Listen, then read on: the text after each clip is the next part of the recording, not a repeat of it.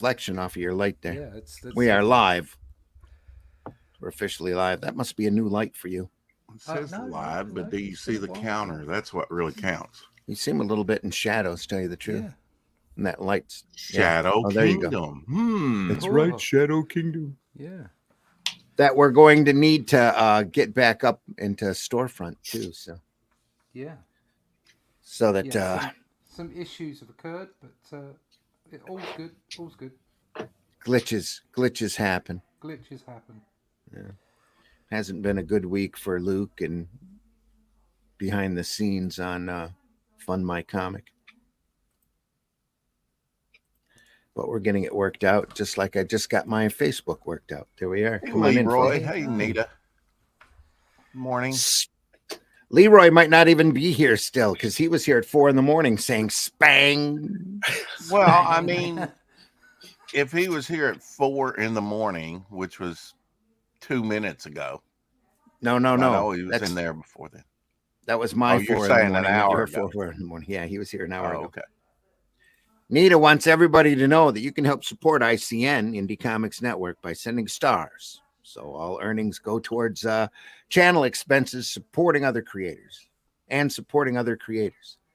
Woohoo. I'm supposed to be supported there too. So if you enjoy this program, please send us some stars. I'm still waiting on my check, but And this StreamYard ain't cheap. So no, it's not. Boy, I was politely told not to expect anything.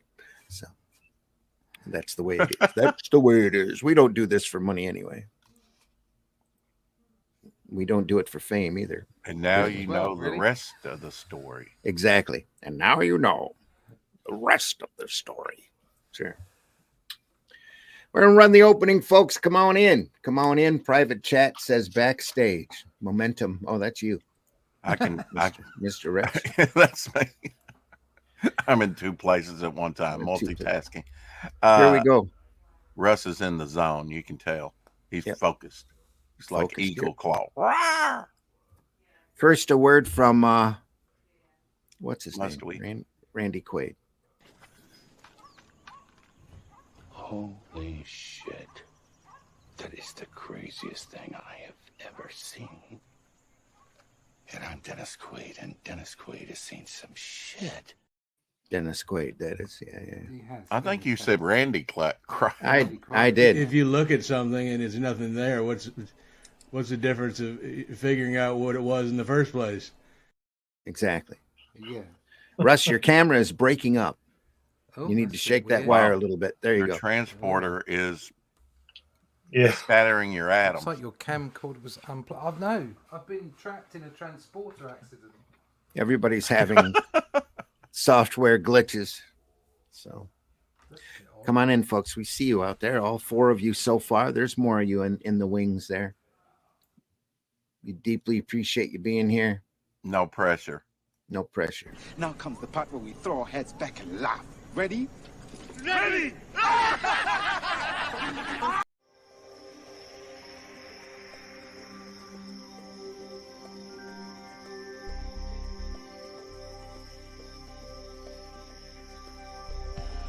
What was that? This is not a charade. We need total concentration. Now, once again, this time, with theory. Some men just want to watch the world burn. Can't nobody tell me nothing. How dare you? Get off my lawn.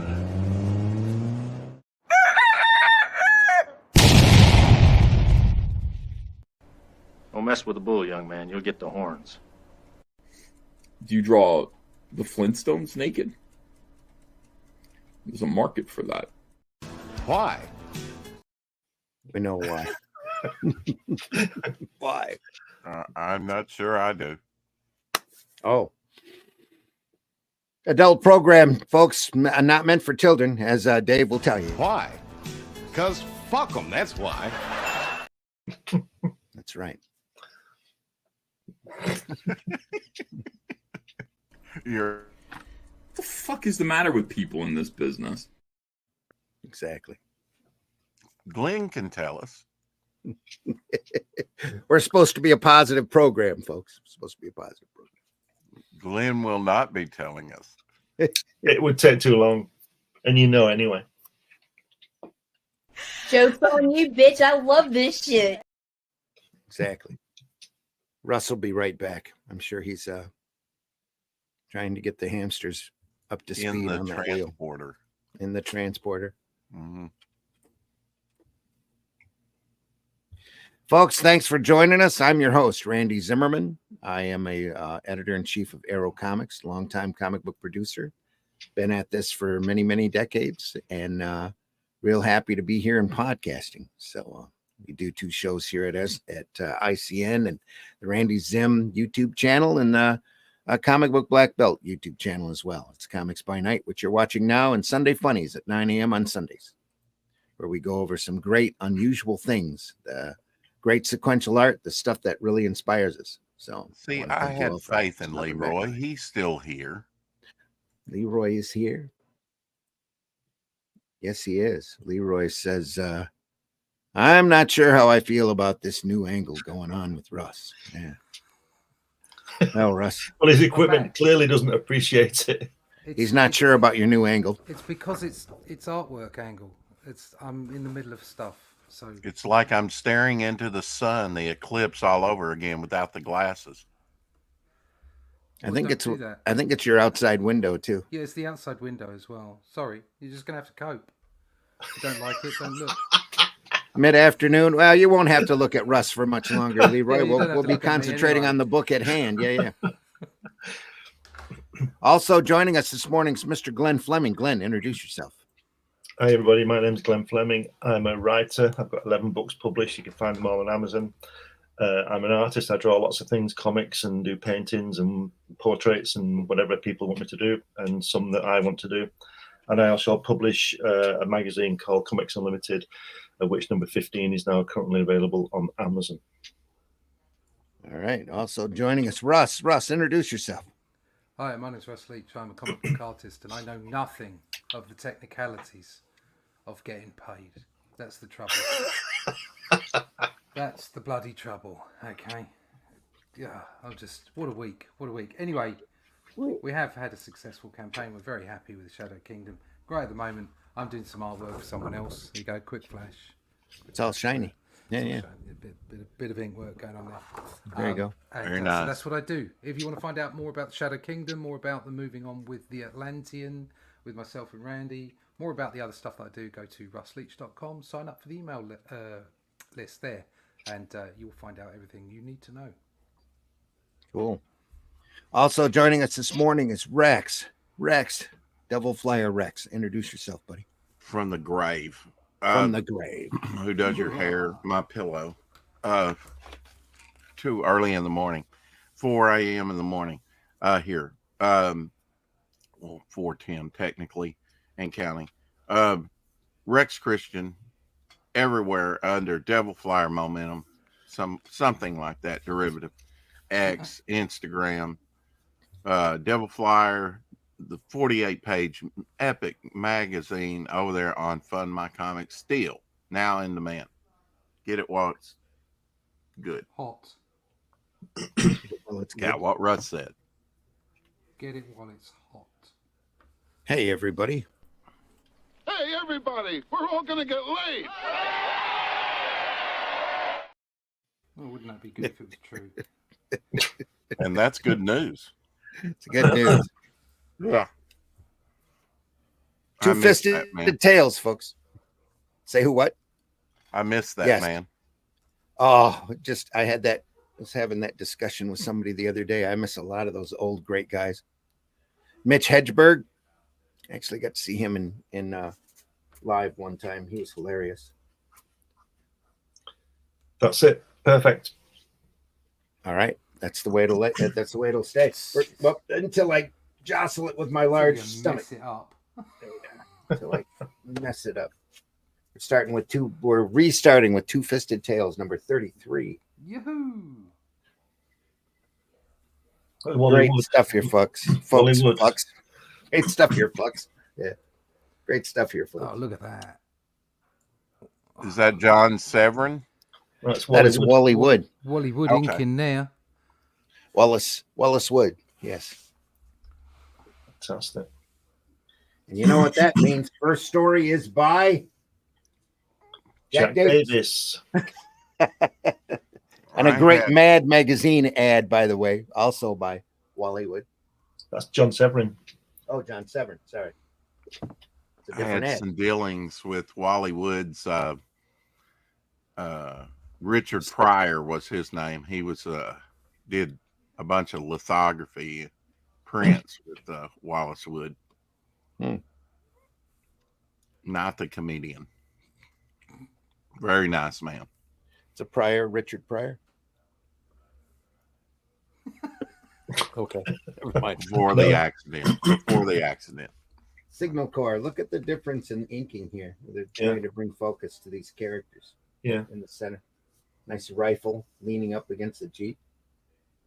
Mm-hmm. Now, Mort Drucker, that also did a lot of work for. He did some early. He did the earliest stuff on Sergeant Rock, a 6-page story for the prototype to Sergeant Rock. Yeah, we had a Mort Drucker story a couple episodes back in Two Fisted Tales here. Yeah. Some great war work. Here's some more great inking. Look at that. Just I like the way it's leaving it all open. Yeah. It's really clever. Yeah. Almost ghost-like there. Yeah. At least black and white. Yeah. Oh, right. Yeah, so that he can sit within the shadow. The shadow. Yeah. And that is a perfect example of knowing where the shadows are and yet cheating, because all those people would be they'd be in darkness. Yeah. So instead of putting instead of putting all the actual lighting on those people, he's made it so that they pop out. And yet there's probably a layer of blue. Yeah, right that's what I'm here. saying. If there was, he would have been he would have been aware of the colorist, okay, Right. and like if that was all in blue, it would look like it was in shadow. But he's not. He's completely understands the medium he's working with. That's what I'm trying to say. License. Yeah, and it's cheating because it works. It's comic book logic, and that's what we need to remember when drawing, kids. Every deep water Aquaman or Submariner story is like that. Yeah. They should be in total darkness with no light once you go past a certain depth, but it's never depicted that way. No. And that's So, quick zip screen, graduated tone here. It's the only zip screen on the page. and that's Everything else, all of this work up here is all just line work. It's all cross hatching. Here, up through here on the following page, up in here. It's all just beautifully done cross hatching. If you look at the guy in the second panel looking at the audience with the rifle, straight above, no, the other page, straight above your hand. Yeah. That's sort of a Rorschach, isn't it? Dave Gibbons kind of drawing from what Ominous shadows. Yeah. Yeah. Which obviously Dave Gibbons will probably have seen this because it was 1952 or something. Yeah, 53, I think. Long 52, time, 53. Long time before Dave Gibbons, probably when Dave Gibbons was born. Yeah. May, June, I believe it's 1953. 93. Yep. In your estimation, what made EC such a powerhouse until they came in with the code and they were ruined? Gaines, Feldman, and Kurtzman, the people that were in charge of editorial, the talent that they found. Gaines was a pool magnet, or a talent magnet that attracted only the best. They only took the best. I wonder if Marie Severin did the colors on this. Yes, she did. Okay. So yes, I'm sure he was familiar with what she would do with it. Yep. She actually expanded on the colors, at this time. As much as you could, limited like she was. Yeah. And we're looking at the Russ Cockrum hardback volumes of this as well, by the way. And all of the covers in this were recolored to original specs from Marie. Well, good. She went through and recolored all of the cover work for it. Shot in black and white off of the originals before they were put up for auction by Heritage. Otherwise, it wouldn't have popped like it does. No. It would have looked pixelated. Is that right? Yeah. Yeah. Yeah, you'd have had those dots working. I don't know if they had that on the cover or not, but yeah. I'm actually pro dot. Pro dot. Uh-huh. That's a Harvey property we'll have to get into one of these days. Little dot. Oh, yeah. Interesting here. Being shot up. Eric and Boyd in the house. Dag nabbit. I'm officially an old man, just like Rex. Awake too early. Happy you're here, Eric and Boyd. Eric and Boyd. Dag nabbit. I'm officially an old man, just like Rex. Awake too early. So I wear comics by night, folks. Yeah. Look at that line work here. Except that doesn't line up in the UK. No. Oh, it's still too early here, even at 10 o'clock. Just say hello.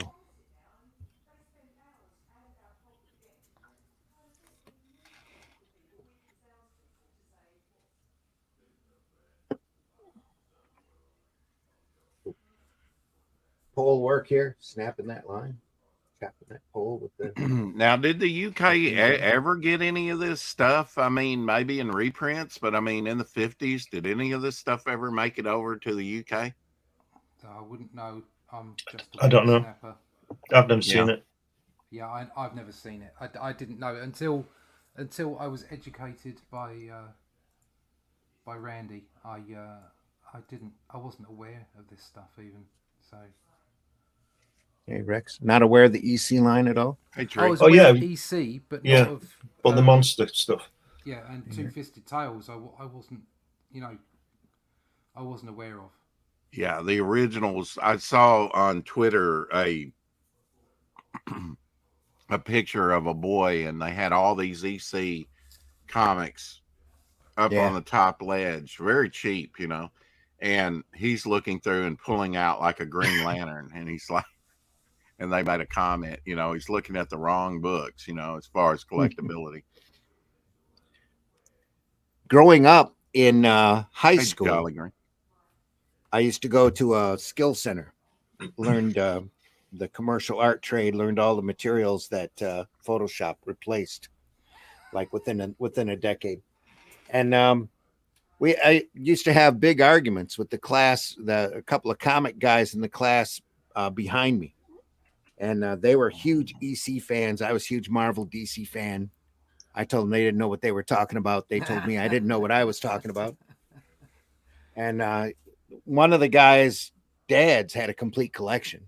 And this is kind of the roots of fandom, because these books were so good that there was a huge fan base behind them, and a lot of fanzines based on EC came out once the code kicked in and the EC comics went away. Folks still had super fond memories of the quality of the work, and we're doing like EC addict fanzines all over the place.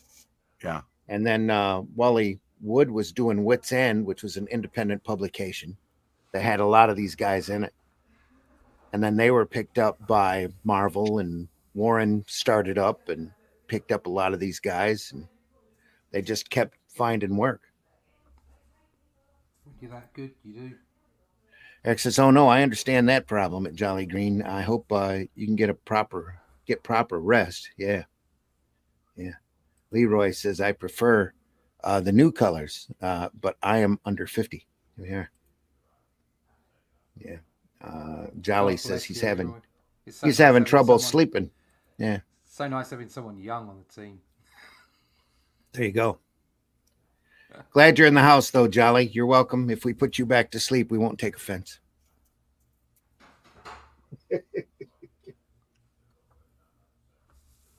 just more great war stuff here. Zip screen here. Just look at all of that, just chaos. Yeah, but it's going on not. here. It doesn't look like your typical war book No, it's not That- meant to be. that DC, came out with a little later than this Yeah. when they picked up GI Combat. Because You're up they to- weren't the original publishers of GI Combat. No.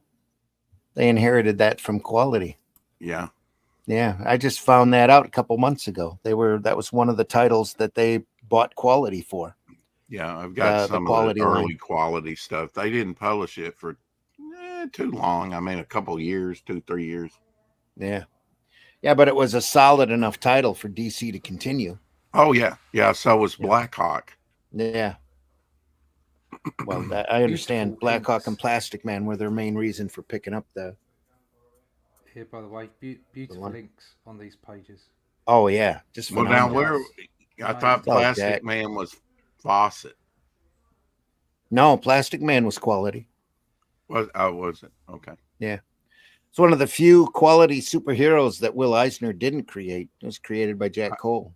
They also picked up Fawcett, though. They didn't do that. They technically they never did that. They didn't pay for Captain Marvel, Shazam, until like the early or mid 80s. Before early that, they 70s, I know they came in with Uncle Sam and Black Condor and all those characters, right? That was early 80s, yeah. In their books. Yeah. But that was their... they went in... They did a crossover in Justice League in the 70s. With No, it was those early characters. 80s. It was a real early 80s. You want me to pull out the production art? No, I can tell you it was the numbers 102, 103. Okay, so you're saying that's... all right, I'm going to check eBay on that. Dick Giordano. It's one of my favorite stories. It's Crisis on Earth X is where they were introduced in. Oh, right. Yeah, exactly. And they were using... They started using some of the Quality reprint stuff, Dollman stories and the Ray and Uncle Sam in the back of the Super Spectaculars that came out in the real late 70s. I have one of those covers, approval covers one of the Justice League covers. Yeah, yeah, where they're rushing towards each other. Really, that's sweet. Yeah, that's like an a awesome. Big X. Yeah, it's an iconic cover. Yeah, very iconic. And the one before that had him rising up out of a wisp of smoke, just like Justice League 24, Crisis on Earth 2. So, it's a crazy cool story. They ended up ripping it off for Crisis on Infinite Earths, I think it was, on the CW network. Only they didn't use all of the Freedom Fighters in it. 104 and 105, is that right? Nope, 102, 103. 102, 103, okay. It's part of their annual Justice League, Justice Society crossovers. Right, yeah. And Dick Dillon pencils, Dick Giordano inks. Yeah. Just a little note here for the audience and anyone else who might come across the video so that you can share it out to everyone else, is the amount of knowledge that's going on. The amount of incidental trivia that you're learning about bits and pieces that these guys know. Just sit and listen, kids. Our conversation goes all over the place. So it's part of the fun of the show. Well, comics go all over the place. Yeah. Eric says, I know this is common knowledge, but Plastic Man first appeared with Police Comics, then on to Quality, and of course, DC. I have to be a nerd, even though you guys know that. Yeah. Well, and we'll look at some early Plastic Men here eventually. I've got a couple of the early archives that are really good because that Jack Cole material is just unbelievably great, just real solid and very imaginative and very funny. Great stuff. Anyway, more Jack Davis here. So we turn the page and end this story. Look at that explosion. Did you guys see Graham Nolan's Two-Fisted Tales title that he came out with not too long ago? Yeah, manly, two-fisted manly comics or something like that. Yeah, I saw it was Rip out. on them. Yeah. I didn't get it. It's one of those many campaigns I wasn't able to buy into, so due to lack of funds. The trouble, you can't get everything. Yeah, you can't get everything. I always found it interesting regarding the connection between Batman and Plass. Yeah. Some good Brave and the Bold stories. Well, the Spirit first made his appearance in Police Comics as well. I think it was like issue 8 or something like that. And in regular comics, yeah. He started out in the Spirit. Yeah, in regular comics. Yeah. Yeah. I've actually got a Spirit number 3. A lot of people would call that a racist cover nowadays. Oh, with Ebony? Yeah, with Ebony on the cover. Yeah. It's just sad folks want to take stuff out of context. Yeah, if you're not putting yourself back in that time with it, which is hard to do. Can't believe that I can't find the Justice League of America. I'm coming up with JLA and newer titles with my search. I can pull that cover up if you want.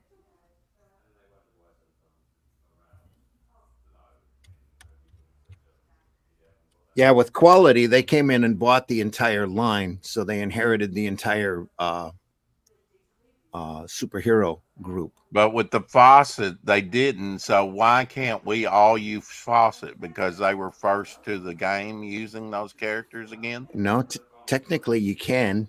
You can reprint all of that old stuff, and it has been reprinted quite a bit. Yeah. By other sources, but it's that thin line you don't want to tread. You don't want to tick off DC and Warner Brothers, and they've since come out with their own version of all of those characters. So they pretty much have the imagery and the logos and all of that trademark secured. Right. Even though they didn't use any of the Fawcett characters. That happened one of the later Justice League crossovers where they decided to put them in. They didn't have the rights to them. They just used it anyway because nobody was going to argue with them. And they had already paid for Captain Marvel at that point. They thought they had the entire Fawcett pantheon, and they really didn't. They didn't really have a claim to it. But they used them anyway.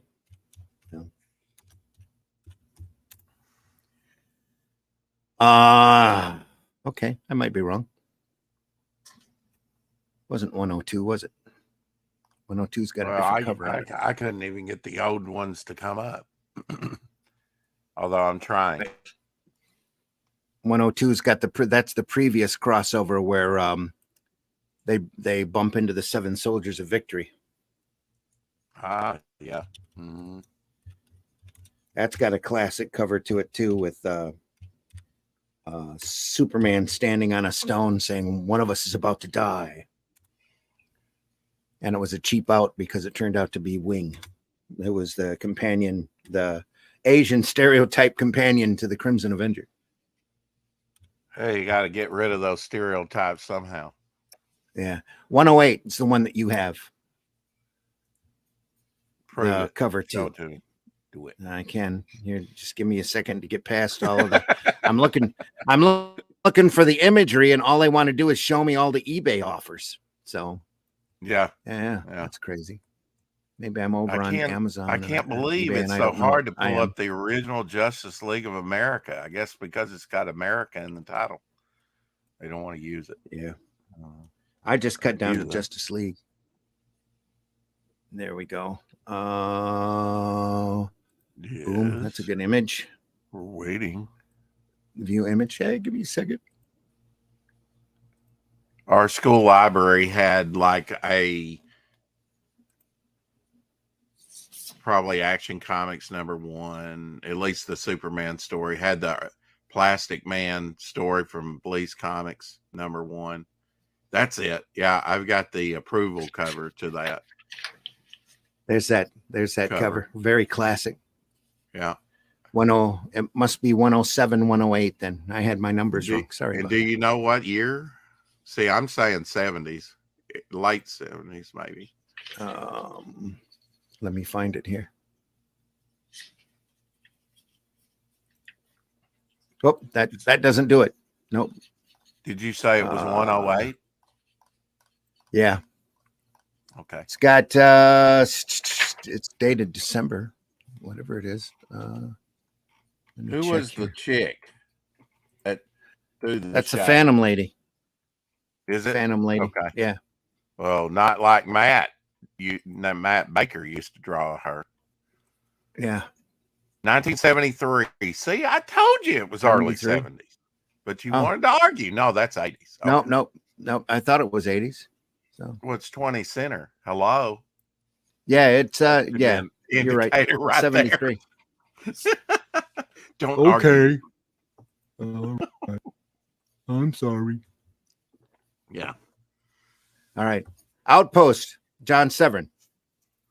This has a Zulu feel to it, or a Gunga Din feel to it. Isn't that the movie with Cary Grant, Gunga Din? Yeah. Great movie. French Foreign Legion. And then later in the 60s, Zulu. Yeah. With Michael Caine,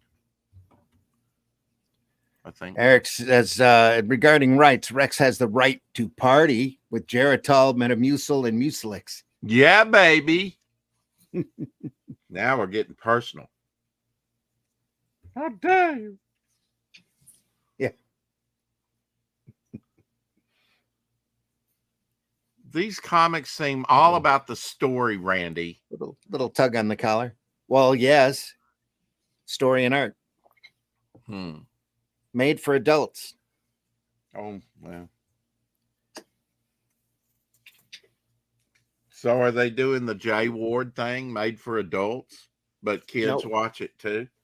Yeah, no, actually, Bill Gaines ended up inheriting the EC line from his dad and decided to make comics that he wanted to read.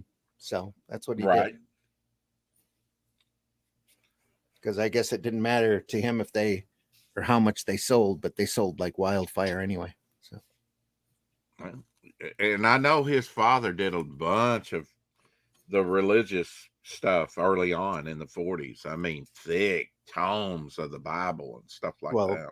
I think there's a connection to that and his being at national periodicals and approving Moulton's Wonder Woman when it came through. He's the one that really pushed for it to be published. I don't know if it was some sort of penance or what, but I think he figured out the power of comics. And when he started EC, he called it Educational Comics and did picture stories from the Bible that lasted for many decades. In fact, Bill kept it in print for, I think during the whole time he was printing comics, he kept picture stories from the Bible available and in print. It's got a lot of different print runs to it. Yeah, very difficult to find. Has some originals, and I mean they're thick, like probably cardboard cover, hardback, thick books. Some of them are thicker than others, but they're amazing. There's a number of different reprints of them out there. More Severin. That's John Severin. Yep. So, what is the connection between Marie Severin and John Severin? Are they brother sister? Brother sister, right? Yeah. Still with us, Glenn? Yeah, I'm just looking at the artwork and listen to you talk about Plastic Man. I love Plastic Man. One of the best. That they make him goofy most of the time. He should. I like that Roy Thomas actually played him as a serious hero in All-Star Squadron. Yeah. He deserves more love than we give him. Who, Roy Thomas? Yes, Glenn.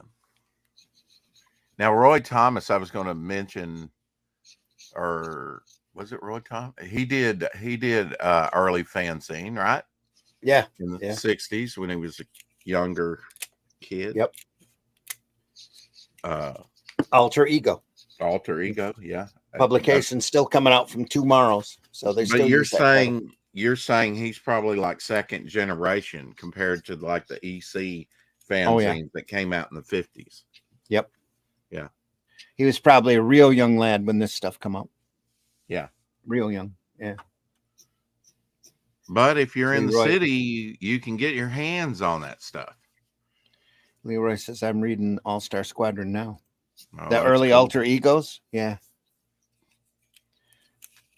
Gee, Leroy, can't you take an hour just to watch what we're doing and then go back to your reading? It's moving too slow. How A little dare bit you? of zip screen back here. It's better than who was it up there? Not Eric. Jolly Green. Huh. He's just watching this because he's awake. It's better than sex. Comics better than sex. I always thought that till I had sex, and then More great Severin here.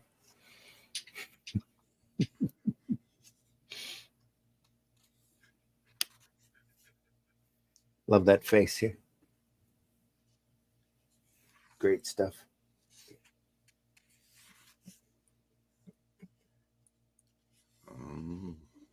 So who's next? Jack Davis. Was it Wally Wood? I already saw Jack Davis. Get the middle here with their little prose story. Here's the ad for picture stories from the Bible. Weird Fantasy. Another title that we'll look at eventually. What a great title that is. Some fun stuff. Who's next? It's Pearl Steve Divers. Ditko. Joe Kubert. Joe Kubert. That guy looks like a Steve Ditko face. It does. Looks like there's a lot of Ditko in here. Uh-huh. Yeah. And Ditko was just starting out. So how much was an influence was Ditko on these guys? Probably none at all. No. It's probably more Kubert's influence on Ditko. He's probably just right before Ditko breaks in. Maybe Ditko, I would say this come out of it. Could look at that face look at that face on the right hand side over the fish. Yeah, he might have inked it. Yeah. I think that's it. I think Ditko's inked that. Does it give it credit? No. It says Kubert. I'd put money on Ditko inking that. As far as I know, Ditko didn't work for EC. He started work over at Charlton. I think he was working for him there. Working for what? Who published this? EC? Yeah. Right. Okay. Well, his third thing that he did was for like Jack Kirby and Joe Simon, the Captain 3D comic in like 53, maybe. It's right about the time here. Yeah. Yeah. I will look him up and see what they have to say. Since he is officially a Disney legend now. Oh boy, you just had the pee on it, didn't you? He said they settled the estate, so boom, they gave him a plaque. They give him a chunk of money. I mean, the estate. Oh yeah, yeah, they did. They settled they were in dispute about what, Doctor Strange and Spider-Man. Yeah, mostly Amazing Fantasy 15 and the early Doctor Stranges. Apparently, he didn't. The work for hire contract that he signed was real iffy, loopholey. Yeah, very iffy. Yeah. Following his discharge from Ditko's junior high school, was part of the group of students that crafted wood models of German airplanes and civilian World War II aircraft spotters. Upon graduating from the Greater Johnstown High School in 1945, he enlisted in the U.S. Army on October 26, 1945, and did military service on Allied occupied Germany, where he drew comics for an army newspaper. Let's see, before that, nope. You're going way back. Yeah. Following his discharge, Ditko learned that his idol Batman artist Jerry Robinson was teaching at the Cartoonist and Illustrators School, later the School for Visual Arts in New York City. Moving there in 50, he enrolled in the art school under the GI Bill.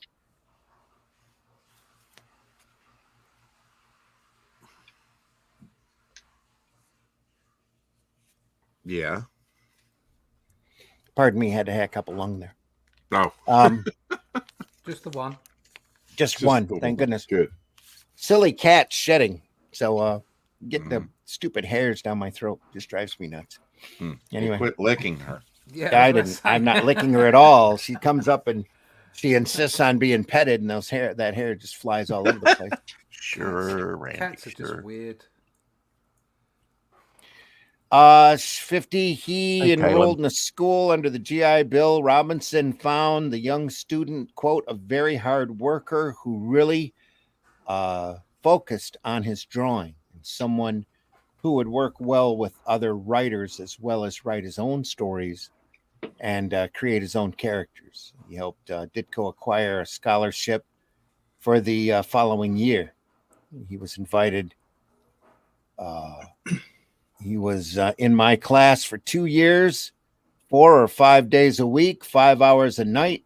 It was very intense. Robinson, who invited artists and editors to speak with the class, once brought in Stan Lee, then editor of Marvel Comics in the 50s, precursor Atlas Comics. I think it was Stan who, that was when Stan first saw Steve's work.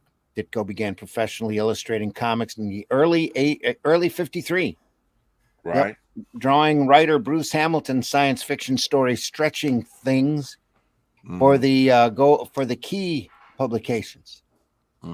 Imprint Stanmore Publications, which sold the story to Ajax Farrell, where it finally found publication in Fantastic Fears #5. That was cover dated February of 54. Ditko's first published work was his second professional story, the 6-page soup paper romance and daring love #1, published by the Key imprint Gilmore magazines. Shortly after that, he worked with Simon and Kirby and then went to work at Marvel. Anyway. Anything on Captain 3D? No. Which is like his third work and quite extensive.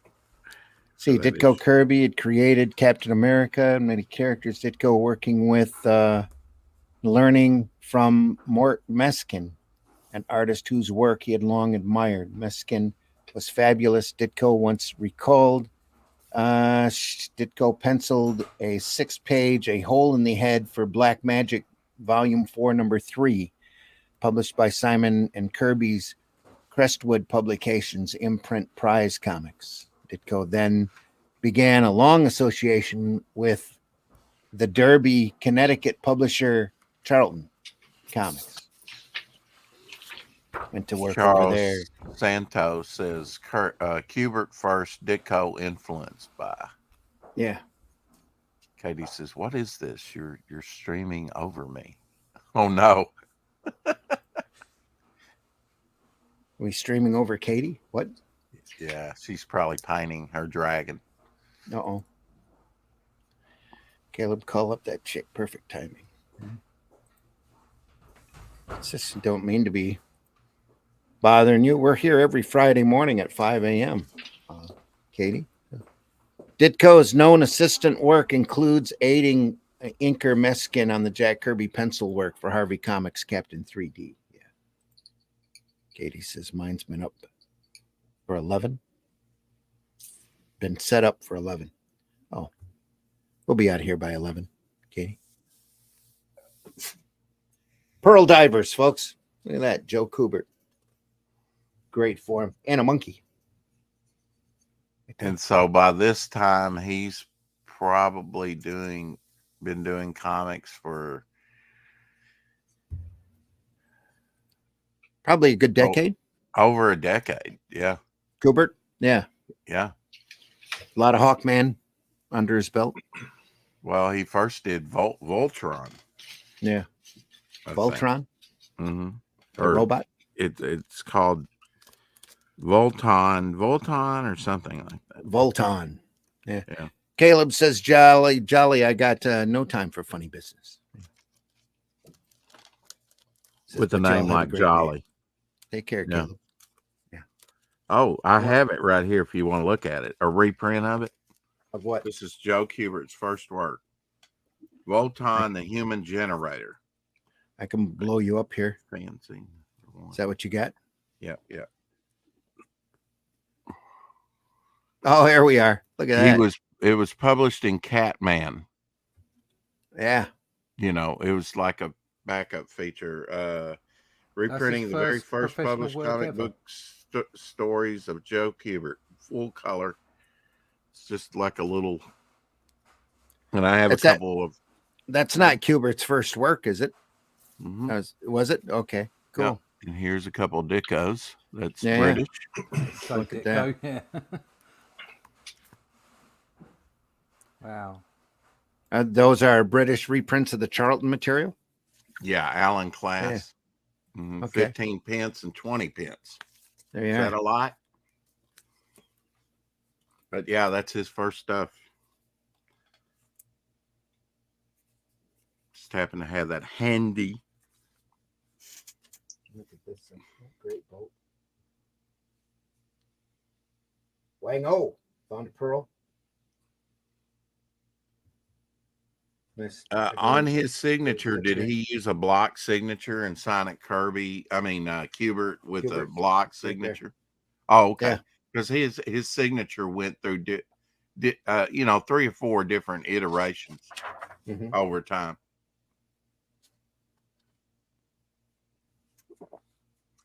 Nice white paintwork here. Nice Charles says Kubert's first known professional job was penciling and inking the 6-page story Blackout, starring the character Volton. Yeah, there we are. For Holyoke Publishing, Catman Comics number 8, March 1942. If Ditko didn't ink this story, then Joe Kubert drew all those Spider-Man episodes under the name Ditko. This is the way Kubert's stuff looked back during that period. His tour work is very close to this. It does look like it really does, though. It does. It looks a lot like Ditko stuff. I could look it up, and surely it would give an anchor for it. They would have made some mention of him apprenticing, I would think, in the Wikipedia under Joe Kubert, because Kubert's that big of a artist. What issue's this? Two Fisted Tales, what? 33. Okay. I'll see if I can find one on eBay. And I know that's the right number. 1951. Very 33 from 1953. It's cover dated July, August. Oh. 1953. Oh, I was looking at the wrong one. Sorry. 1953, yep.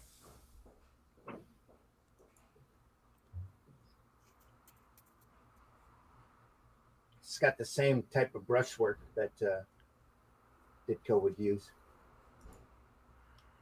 You know, I had an original of from a Charlton book, Congo,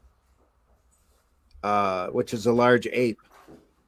I had an original for many years, and I would take it around to folks in the know, more knowledge of that period than me.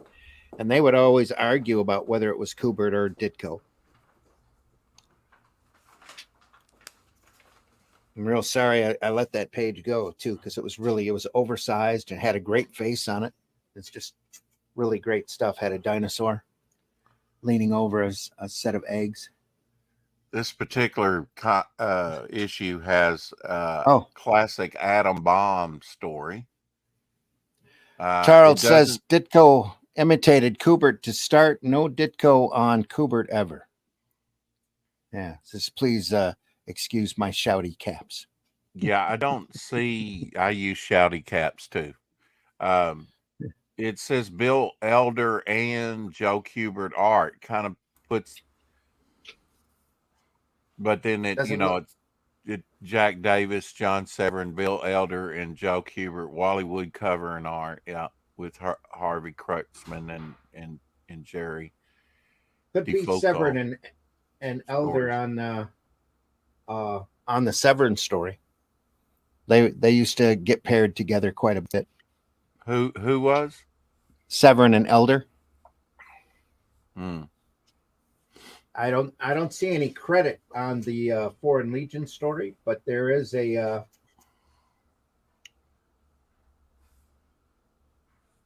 it's definitely at least Severin. You can tell that. Might be Elder's inks on it.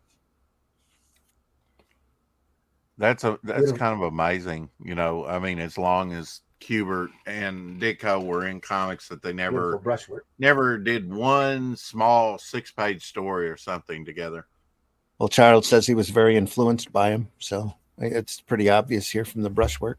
Kubert ends up changing his style as he gets older into the recognizable brushwork that you know, he did Tarzan and Tor with.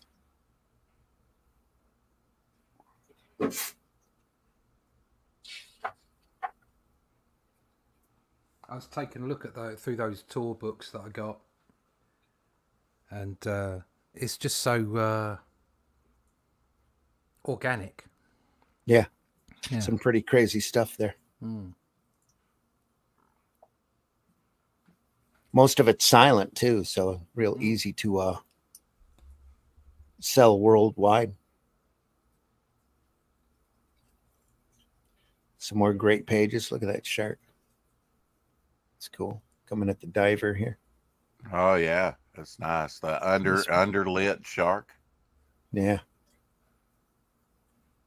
It's gorgeous work here.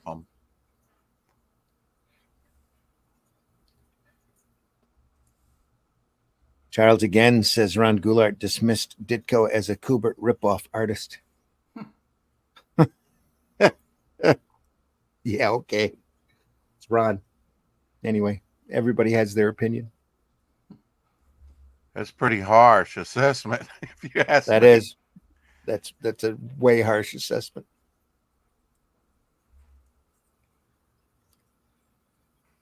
Considering their styles are so different. It's nice monkey again. It's a great heroic look here. Quite a large bill on that cap, though. Nice story. The creeping shark here. Maybe it's after my hand. Ooh. I need to duck out of sight and get pulled back up to the boat.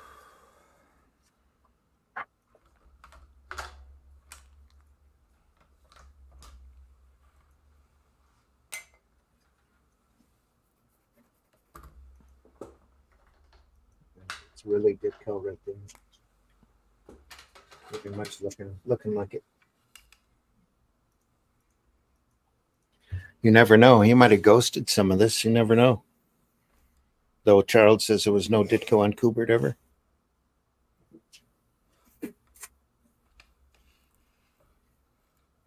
Now here's another pretty iconic story by Wally Wood. Atom Bomb. Great panel, that getting right to the point of the title. Yeah. Some great shadow work at work here. It's fantastic. Great use of dual shade board back behind here just to drop the background back. Nice stuff. Looks especially pretty in black and white. Did you say these were in color to start with? These were published in color.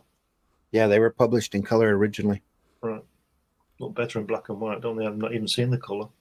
Some of this stuff is just pops in black and white. Charles says, check your DM, Randy. Hey, Dark. Right. Oh, there we are. Is that from your collection, Charles? That's amazing. That's great. You got to see this. Let me blow it up here.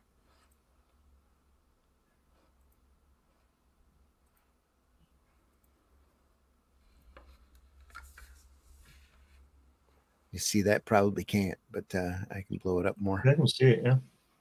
Is that original art? It sure is. Oh, God. Look at Charles, that. is this from your collection? Let us know in the chat. Look at that. Beautiful stuff. Frog legs. If a little sign here. If there's no Ditko on that, then everything I've said on these podcasts, I don't know what the hell I'm talking about. I don't care what anybody says on that page. Just because you it says know it Ditko. just because it says it in Wikipedia or somebody got a piece of artwork doesn't mean they're right. Yeah. Glenn's gonna die on that hill. Absolutely. Look at this brushwork on the profile here in the far see left what you panel. mean, Just Glenn. amazing. I really do. Yeah. That's got Ditko on it. I'm not saying he drew it. I'm not saying he did all the ink, but there's a lot of Ditko on that. I don't care what anybody says. Yeah.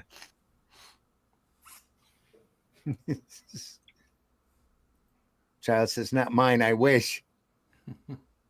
Charles just Dark, yelling, no, Ditko. No, Dark Ditko. Lycan 81 in the house says, no Ditko. Yeah. Fun fact, there was supposed to be a Two-Fisted Tales spinoff on Fox. Yeah. Yeah, they got really close. Back when HBO was running Tales from the Crypt, they were looking at a lot of that EC material because it's all the stories are just that good and easily translatable into screen. This profile here, though, the one on the far left, really looks like Steve Canyon. Looks like Milt Caniff inking, just the way it looks. Some great stuff here.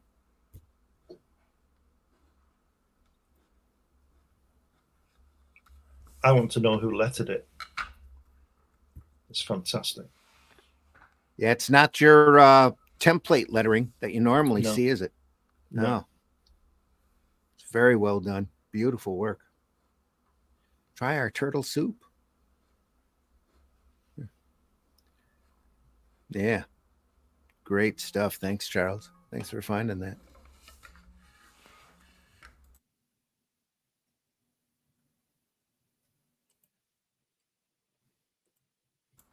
On to the atom bomb.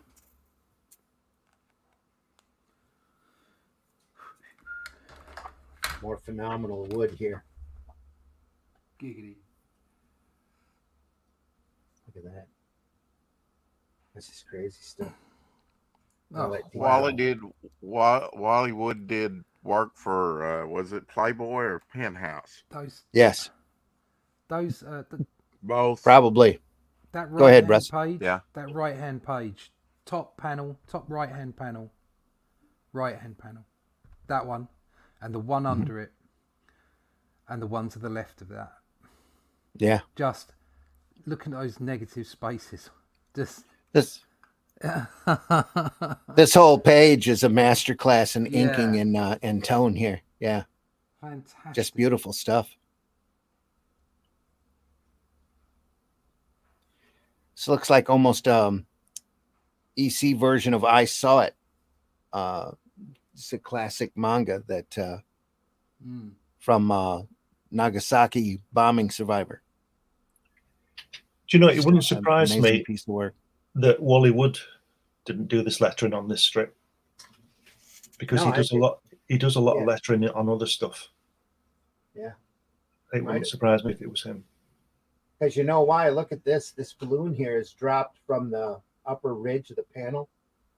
That's when they used that template. Everything was crowded up to the top. Yeah, so you're probably right. A lot of dialogue here as well. Oh, there's a lot of dialogue during this time anyway. A lot of captions. Not quite as wordy as the 70s comics. Some of the 70s comics were so wordy they had whole pages of prose. Some of the 40s comics could get wordy too. Yeah. You get the archives and read that stuff. It's like, golly, just exposition. The whole it gets tiresome to me. Timothy said it didn't happen, so they just made it into a Tales from the Crypt episode. Yeah. Classic hand lettering, Mighty Geek says. Absolutely. Hey, mighty good. Adam Baum was one of the greatest comic book stories ever published. Yep. Letters Ben Oda. Okay, the lettering. good. Okay. Yeah, Lovely stuff. it is.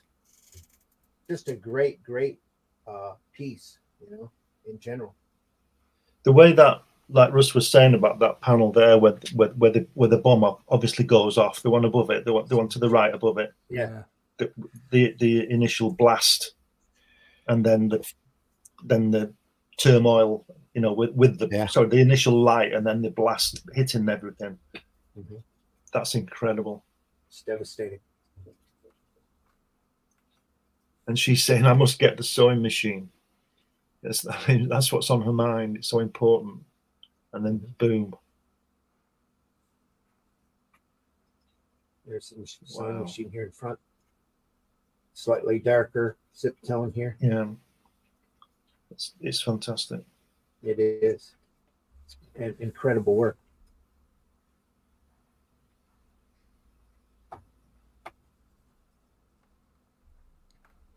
Nice shading work there on that face. Double lighting.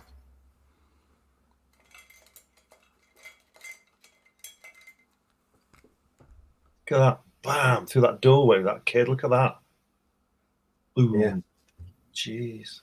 Look at that. What's that? Boom. I hope you're taking notes for your war book. Yeah. No nuclear bombs in it, though. Yeah. Nuclear. This looks like it's all zip screen here. Maybe a little wash. No, that's dual shade board working here.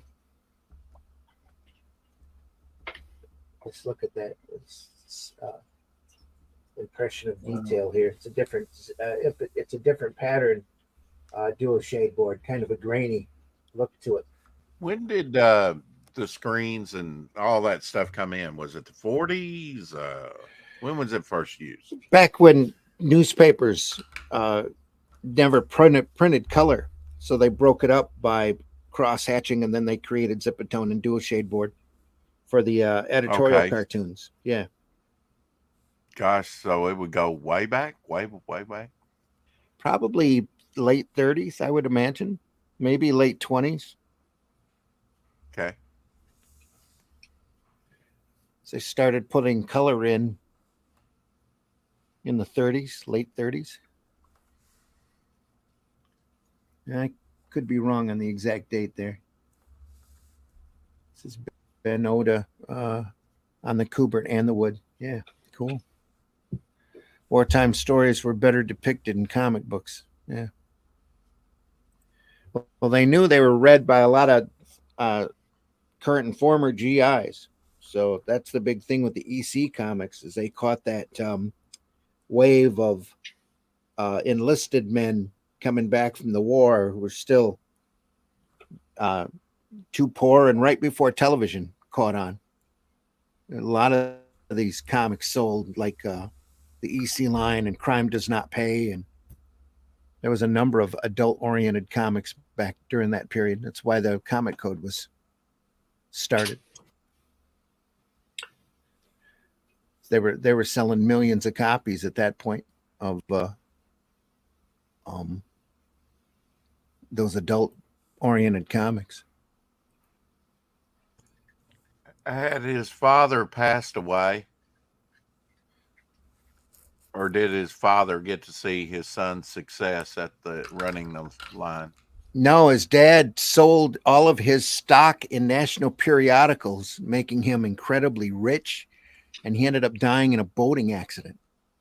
Wow. 1948 he died, didn't he? Right around there, yeah. Yeah, and his son inherited everything. And he kept picture stories from the Bible running out of, from his dad, and slowly changed EC from educational comics. Well, it was already starting to be entertaining comics, at that point he was starting to dabble with a couple of titles, but he really blew the doors off with it, with Weird Science and Tales from the Crypt. It's horror line. I got Charles sent a Superman cover here. Let me share that. That's kind of cool. Actually, it's quite cool.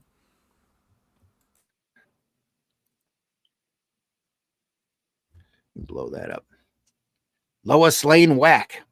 KP is a pleasure with Superman substituting for me. There.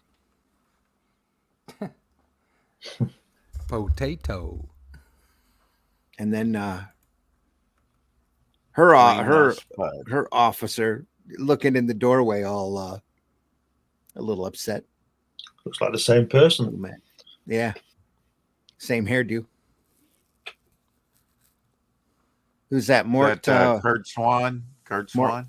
Mort Weisinger. I was going to say. Oh, okay. Might be Swan. It's Weisinger. Mort. Mort. With all the plates piled up like you wouldn't. What?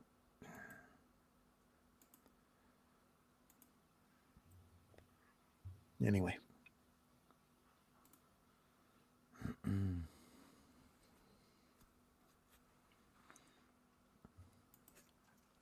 Back to Wood.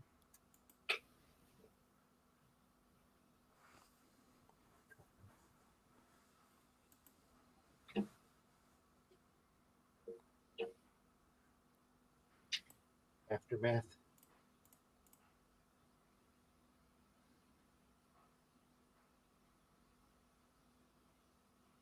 More great Zipatone worked here. Cloud. Dual shade back here.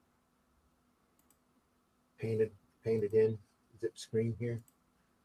Beautiful work. Why has he died? The guy, is he? It's a bit blurred. I can't read it. Is it? Why does he? Was he in the blast? Perhaps I should not have sent a letter to Shio, but I did. I wonder if he ever received it. He did receive it. Then he knows all. Hey, Shiro, what is that? It must be a good letter. Camp? Yeah, I think so too. Hasn't he just died from being in the camp? I don't know. Right. Siberian slave camp. I'll make us all sick in no time. This man is dead. Siberian slave camp has a completely different meaning in 2024 on the internet. It is almost just yeah. Is that anything like a Dutch oven? Anyway. It's almost as if he just gave up the will to live. Yeah. Still wonders if he received the letter. He would be glad to see how things are growing all over Nagasaki. It'd do his heart good to see how the new buildings are springing up all over Nagasaki. And it would make him glad to see his youngest, Kuni, Kuni, still alive. Rish, Deshiro, in Nagasaki, knew there's just me, the grandmother, and Kuni, the grandson. Hi there, Kuni. That last panel on the right-hand side. Yeah. I don't know. That's got a manga feel to it. Look at the kid. Yeah, it does. He's up in the air. Look at the clouds. Yeah. That's it makes you wonder if he's gone and looked. But you wonder if everything, there's no gravity, the dog's off the floor, the kid's off the floor. When did manga first start? I mean, how old is manga? After World War II, it really sprung up. Yeah. So this would have. So he could well have been looking at that stuff when he. Very possible. Yeah. Because there is something manga-esque about it. Mm-hmm. In August 1945, the A-bomb killed 29,793 people and destroyed 18,000 409 homes. But hope was not destroyed in Nagasaki, and life nurtured by hope blooms again. Plants, buildings, children grow in Nagasaki, for there is hope in Nagasaki. There is hope in the whole world. It's probably before they had to deal with all the radiation poisoning. Yeah. That's not quite how I saw it ends. So just I saw it being the early 80s account of the Hiroshima bombing. Yeah, by one of the survivors. Yeah. Charles says, and then Godzilla came. Oh, God, Yep. is that not bad enough? Now we've got a quarter-mile high monster stomping around the city. That's what DC. Oh, that Superman was a sample of what DC was publishing at that point, at that time. Yeah, newspaper strips could get away with a lot story-wise. Mighty Geek says, also you could learn civics reading Dick Tracy. Yep, and all the different ways that criminals could die too. Yeah. And then Godzilla came. Says the Phantom encountered the Nazis and Japanese soldiers during World War II. Yeah, all of those comic strip guys did. That's the end of 33. On to Two-Fisted Tales 34 with a great Jack Davis cover. Look at that. Just fantastic stuff here. Nice tracer bullets up the top there.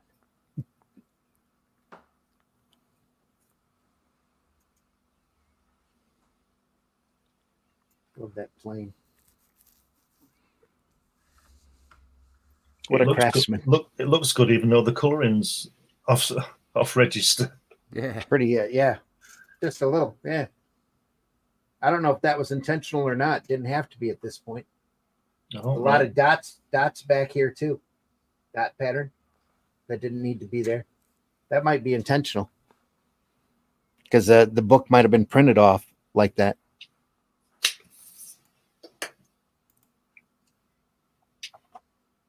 First story, Betsy. Leading off, Jack Davis. Yeah, that's how you draw a horse. That stuff on the left there. Yeah, Wally Wood. Cover. That top left hand. That reminds me. I know. It's a fair way off, but there's something reminiscent of Kevin O'Neill about that. Yeah. The way that the tone is being used, the way that's being shaded, and the ridiculous musculature as well. It's just and the comedy about it. That's just you can see he must have been looking. We need to go through and look at that early Mad material because some of it's pretty crazy. Look at I think we looked at it slidingly before, but really take a closer look at it. Yeah. Look at that. C mad, buy mad, be mad. Be mad. That be horse mad is today. fantastic, isn't it? I reckon Kevin O'Neill was actually reading that advert when he created what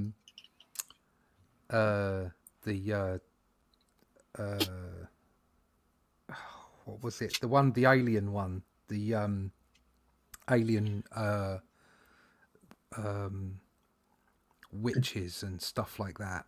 Nemesis, that's the one. 2018. Because one of the things he said in it was it be good, be aware, behave. That was it. Yeah, so be good, be aware, behave. But and behave, and that's. You can imagine that he's sitting there reading that and looking at that art, going, "Oh yeah." That's probably Pat Mills that came up with that. Yeah, Pat Mills as well. Yeah, so you can see how inspirational this stuff has always been. Do you know what this really reminds me of, though? Is Captain Stern by Bernie Wrightson out of Heavy Metal. It looks almost exactly like it. Yeah, it reminds me of that guy in the film. What's it called? The Incredibles. With that chick. A bit. Yeah, it does.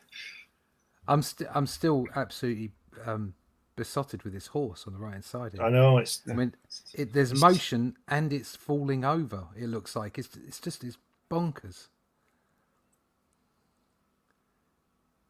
So it's leaning into the run. It's just cracking. And then the way that old fella's laying on the floor. Yeah. Just really, Is everybody really at the height of their abilities here? Oh, look at the ink. Look at all that ink. It's a little bit of zip work here on the shirt just to drop it. And that smoke going above in front of him, is that smoke? That panel? Yeah, the sort of line of smoke in front of him. It's got a hole in him, it looks like. No, below your finger now. Oh, There's yeah, like I can see. I can see what you mean. white zipper tone or something across his shirt. And oh no, that's here. Oh yeah, I Yeah. see it. Yeah, Yeah. That's a little bit of white zip. Yeah, Yeah. Yeah, Genius. it's the smoke in the White bar, isn't it? So just a smoke across his butt. That's just genius. That's just I thought that was a reflection off of his shirt, Yeah. but no, you're right. It's Yeah. smoke. You can see it better at a Yeah. distance than I can here up close. just and all the fabric as well, where he's taking that guy over the bar and the fabric on their shirts. It's just All the bottles. Glug glug. Takes his face and smashes it into the bar and kicks him in the ass. Then we got So- the bottom of the shoe again. who's the artist on this? Jack Davis. This is Jack Davis. Yeah. Wow. Wow. Just shows you could do serious, doesn't it? Come on. Look at that, smacking that guy's face into the bar. Yeah. Hey, Smack. whack. Yeah. Again, you could imagine, although very, very different in styles, look at what people like Buscema were doing. And I'm talking about the characterization that they produced. So you look at those first three panels on the left-hand page, and you've got that sort of handsome-ish sort of cowboy, and then you've got the old fella there. Look how he's lengthened his face. He's put a massive nose on him. It's just the character involved in that face is incredible. It's beautiful. Yep. And you see that in a lot of Buscema work, don't you? Like where he does, old people and demons and witches and stuff, and all the character in their faces. Yeah, Buscema tends to, when he's drawing, especially women, he there's no line at all, is there? No. And then when he draws a bad guy, there's every line on it. Every line, yeah. So I know what you mean, yeah. And he does it so well. And what a great way to show somebody who's good looking, though, with no line work on them. Yeah, like he does with Conan. Yeah, exactly. There's very little going on a Conan face. that's right. Yeah, But when he meets the demon or whoever it is, there's really some work gone in there. yeah. That the ink on that is the blacks are just incredible, aren't they? Like you say, when he's pulling him across the bar at the bottom there. It's just That's wonderful, amazing. wonderful work. It's walking in the doors here. That's great lighting. And it's very cinematic. Like he comes in, menacing, he grabs the guy, then he whacks him, and then then he goes over to the other guy with his hand on his head, and then smacks it in the bar and boots him. Yeah, really flows. It's really, really well done. I'm taking over this town and have myself a new trial. You all singing a different tune. Yeehaw! Yeah. Mighty Geek says Two-Fisted Tales couldn't be published today because it would be considered misogynist. And not only that, You're seeing that pendulum swing back, though. Yeah, Yeah, that's what he said. I think it would have more problems than that. Not that I agree with, obviously, I don't. But there would be people complaining about the violence and all kinds of stuff, and it's like, Yeah, probably, yeah. get stuffed. Buy it, don't buy it. It's up to you. look at those eyes at the bottom there on that panel. Yeah, Isn't that great? yeah. Crazy eyes. That's fantastic. Yeah. This panel. What action. Look at that. Smack. That's the girl smacking him with a Pint glass. pot. Yeah, Pint pot, yeah. Have that. You want a Filthy drink? little witch. Exactly. Look at that. Look at the detail on that panel where he's kissing her or whatever he's doing to her. Look at the his detail hand. on it. Look at his hand. Yeah. And his face, his chin, the cheekbone, and everything. His ear. It's got those 3 lines on the back of his glove. Yeah. Cheekbone. Wow. Cheekbone. All right. Who's the next? And the Sam hair. Skeeter. It's got some fight in him. From Step Up, I'll kill him.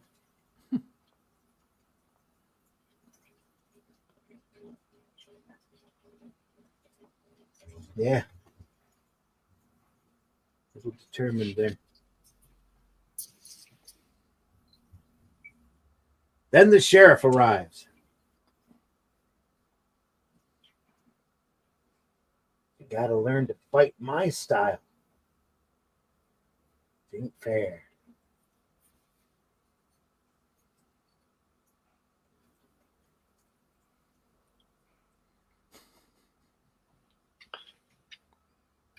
It looks like that sheriff looks like, what's he called? Sergeant York.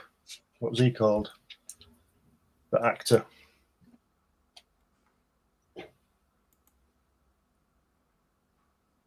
Who?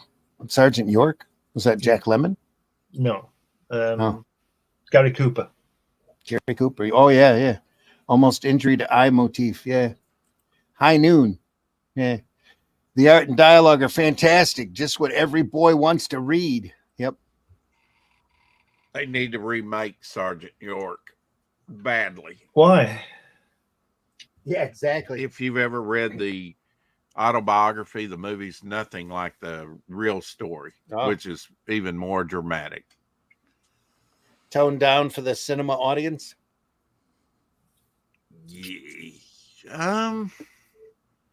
Well, I mean, it's not exactly accurate. Okay. And really, the true story even makes him into more of a hero, I think. At one point, he's caught in a crossfire. Yeah. You know, because he's taking on German troops so quickly, he hasn't had time to disarm this German lieutenant who's down on the ground, but he still has his Luger and he's firing from behind while the others are firing at him in front of him. So he's caught in a crossfire. So it's just very dramatic. It's a couple Guy pages was here. never hit. Great action. Bar fight action. Yeah, York was never hit. Yeah, Jack Davis, all those great Bronze Age and early 80s ads. Yeah. That were in comics. Yep. Ain't nobody as good as me. I think he's about to get his comeuppance. What do you think?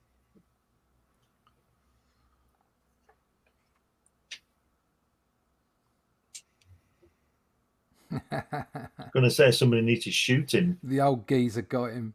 Yeah. It's one long panel here, separated by the back of his head. Good old Betsy. Nice Betsy. Good old Betsy. Lamb.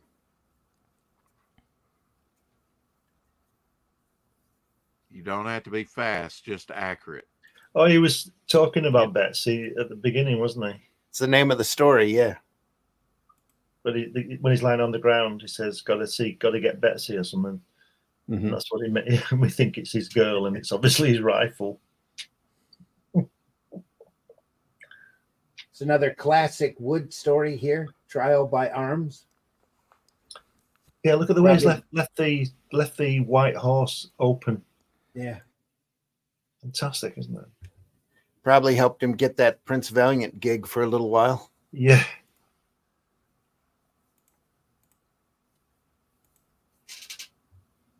I love this. Sir Nigel, Duke of Notwich. That probably took him a few hours. Yeah, just did it in 3 minutes. Yeah. Beautiful, though. I'd love to see some Jack Davis pencils. Yeah. Just to It's see. pretty close. Yeah, and the same with all these artists on these strips. They're inking as well, so you can leave things out, can't you? Because you can just because you're doing the full work, you can leave it out in pencil and just put it in with the ink. So, but I would just love to see Jack Davis. I'd love to see that page in pencil of Jack Davis on the left there, just to see what he was doing. You know. Yeah, fantastic. I have to say, over the last how long have we been doing this? 18 months. Yeah, about that. It's had a profound effect on the way that I approach my art. Just going through all these pages, going through all the stuff that we go through, seeing the techniques, seeing the way it's been approached, and it really has made a difference to the to how even down to my process. It's made a difference because you just see stuff and you just think, how do they do that? And then there's other stuff that you look at and you go, oh, it enlightens you. You see maybe where you're, as an artist, you've tightened up and you shouldn't be tightening up. You should be letting it flow, Yeah. And even though you look at this and you can see it's really, really tight inks, if this was blown up to the right size, you'd see the imperfections in the lines and, the ink work and all the rest of it. And, I mean, just down to looking at the hair on the back of his head on those top two panels, you can see it's just been flicked in. Yeah. It's not thought too much about it. It's just gone. There's this on the bottom on his neck. I'm just going to flick that hair in. Yeah. And it's that approach of being confident about your work and what have you, and looking at this, even though so much of this is incredibly humbling, because it's all just such fantastic work and an amazing benchmark to look at. It inspires you to think about the way that you produce your own inks. It's been a bit of a journey. It's really good. Yeah. Just before you turn the page, you see that guy who's the old guy who just shot that guy. If that happened, if that really happened, he'd now be arrested for possessing a firearm and murdering somebody, instead of everybody just going, cheers. Yeah. Yeah, cheers. We'll bury him out back. Yeah, just stick him in. No one needs to know about this. Yeah. Ready? I'm sure this is going to be great. Prince Valiant right there. Yeah. Definitely. Look at that. This Nice is all big dual bowl shape. for that haircut. Back here, very little line work in the background. All dual shape. Is that duotone? I don't like that. Yeah. Is that what it is? Yeah. Yeah, it's painted in. You can tell from the varying shades that you have here. Yeah. Right here, you didn't put all of the chemical along the bottom there where that 2 is. Over here, too, there's a little bit of it.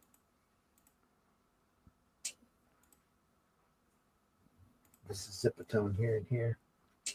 Just to drop it back so you bring those characters forward. Very Prince Valiant, which was really big, popular at the time. Look at that hair. Just great. Brushwork, thin brushwork. That guy with the big beard next to that guy looks like him in the whole Holy Grail Indiana Jones things. Charles says, see Wood in DMs. I got a message like that the other day on Facebook and I blocked them.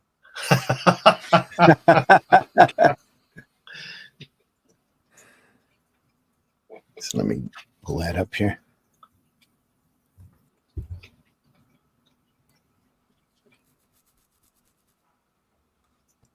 Yeah, they really do owe a lot to the newspaper strips, don't they?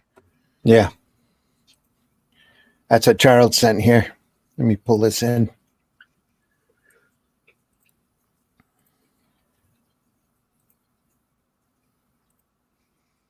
Here's the Prince Valiant.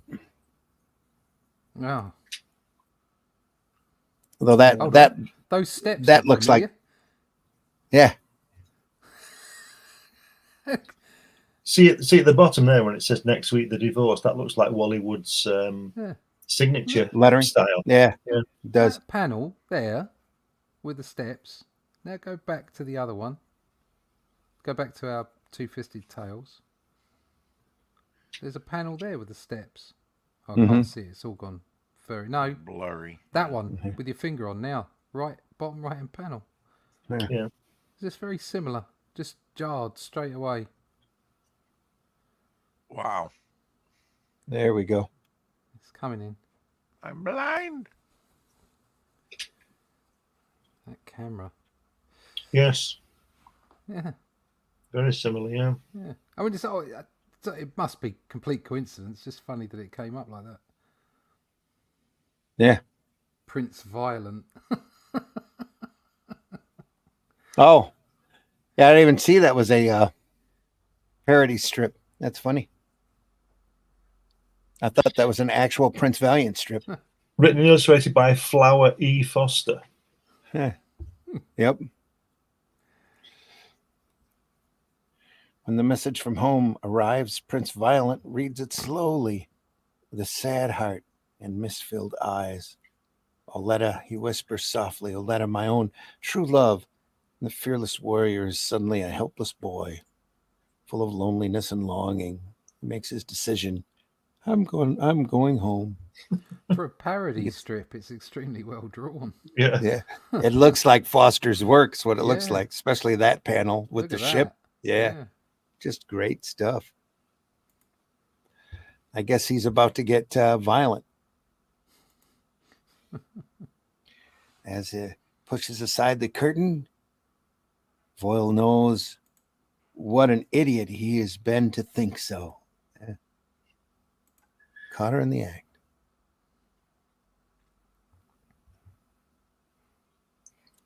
Pull up the next one here.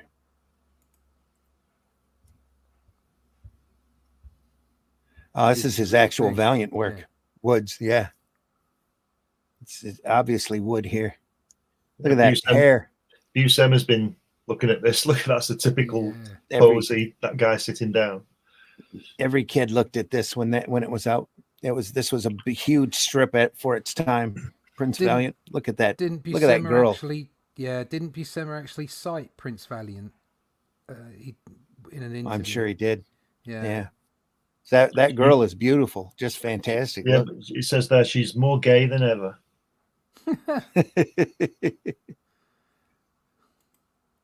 Alita. Lolita. Alita. Aleta. Yeah. Not Lolita. That's a whole different property. She appears every afternoon in the palace, and she's more gay than ever. Sounds like Lolita to me. Whole different meaning back then. Yeah. You're very handsome, but I'm gay. Yep. That's okay. What a great page. Thanks for sharing, Charles. Appreciate it. Yeah. That's great, isn't it?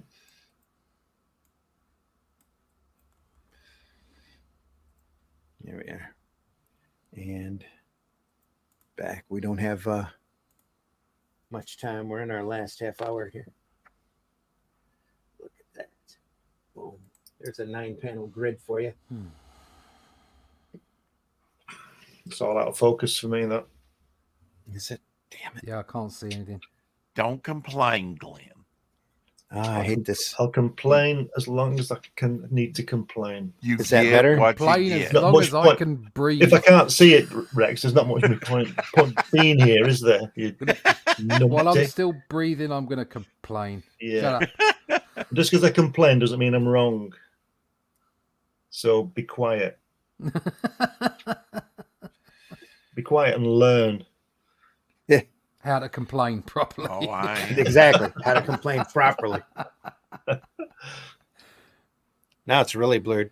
Tune in again next Friday. Same bat place, same bat time for 4 old men arguing with each other.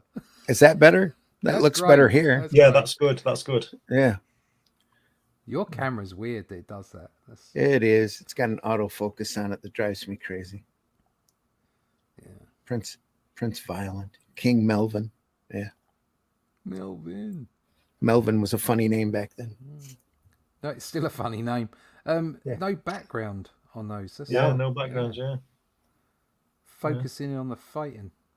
Yep. It reminds me of that Kirby Cat Batroc page. Exactly right. Yeah. Yeah, I was thinking the same thing.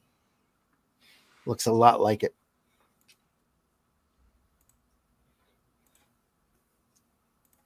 That's a fight story in one page.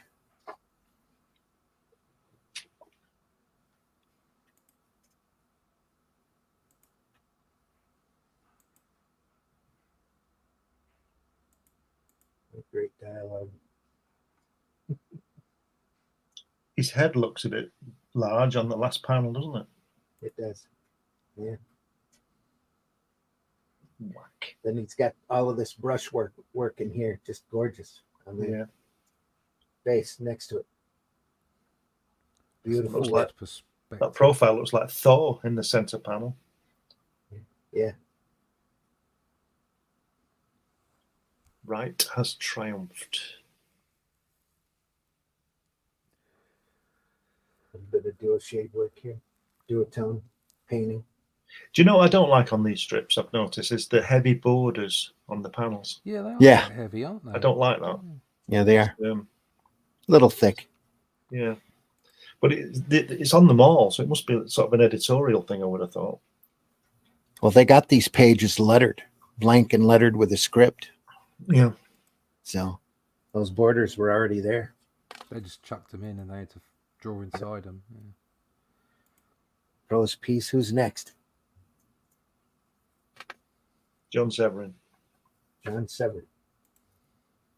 Good guess, wasn't it? Yeah. J.P. Severin. Yeah. Of Diable. Is that Cropadine? Look at that. He's got a Frank Robbins bent back leg here working. Yeah. It's just beautiful. And these comics, I mean, are ultra valuable. Yeah. Well, resale now. Mainly because of all of the comic burnings back in the mid 50s. Yeah, I guess so. Yeah, because you said they were selling in the millions. Millions, yes. Yeah. But they're very, very hard to find. I was at a show a couple of years ago, and a guy had an entire back shelf on his back wall was nothing but EC comics. I was like stunned. Holy crap. I'd never seen so many ECs in one place before. Just great set of books. Bought somebody's collection out. Great Severin here. Look at his face here. Just sweet. Scared to death.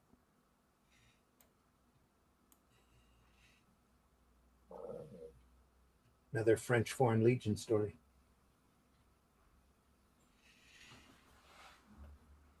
This is all line work back behind. This is all. He does a lot of close-in work, doesn't he?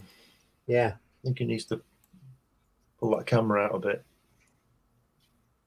They actually have some lower grade ones on eBay that I was quite stunned that, I mean, $20, $35. I mean, they're those lower must grade. They must be incredibly ratted, probably. I guess.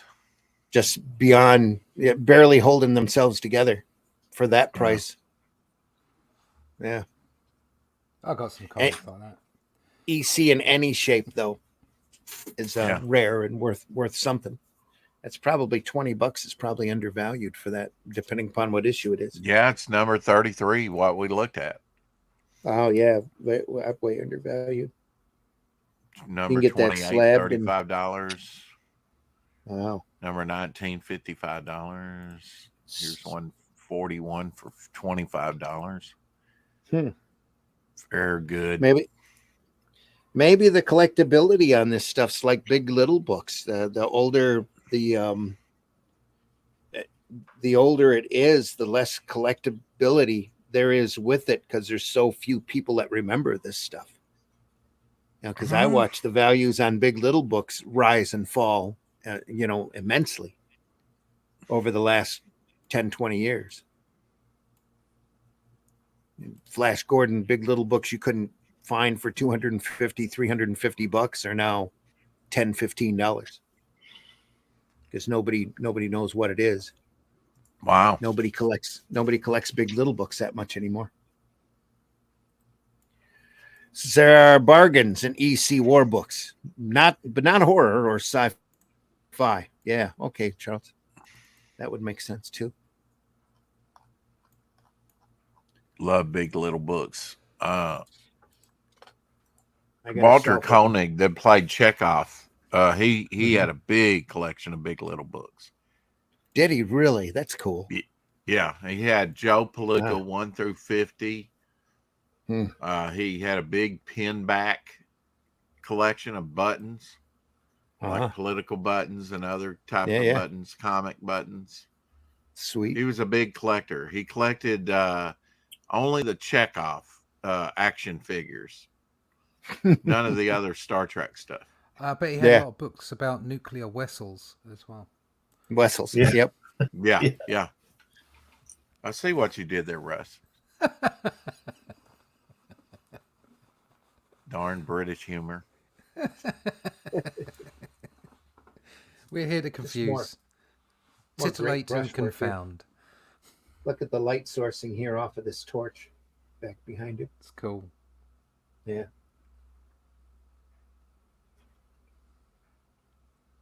Still want to get through one more story, and it's about 45 past the hour. We're going to end on a great one, folks. Some more great brushwork here. Look at that feathering. Just phenomenal stuff. George Evans. This is what he was known for, was his biplane stories. Look at that. Love the old biplanes, World War One. Mm-hmm. I love look at the way he spotted those blacks on Here? that big. Yeah, just Yeah. and the wings and Yep. Yeah, that's gorgeous. It's beautiful stuff. Little clouds in the background. Not much. Don't need enough. Don't need much. Just a few lines. Equal clouds. Yeah. I love equal clouds.